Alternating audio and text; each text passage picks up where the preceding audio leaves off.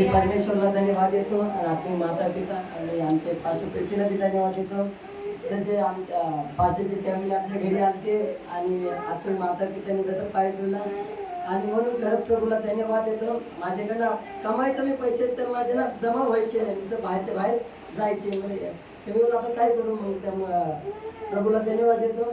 माझा मोबाईल एक गेला आणि परमेश्वरने मला दुसरा मोबाईल दिला आणि त्याचा ना माझा हप्ता भरायचा होता. मग अंजलीला म्हणत होतं, ते बोल काय टेन्शन घेऊ नका, आपले पिता जेव्हा येणार ना घरी तेव्हा आपल्याला काहीतरी नवीन चमत्कार होणार. पिता बोललेले होईल तर होईल, पैशाचं काही टेन्शन घेऊ नका, खाली सेवक घरी येऊन द्या आणि आपले तिन्ही पाचशे येऊन द्या, बघा मग नंतर काय चमत्कार. मला हा त्याचा विश्वास आहे, मला खाली मोबाईलचा हप्ता भरायचा. ते बोलले टेन्शन घेऊ नका, सेवकाला येऊन द्या बोलले.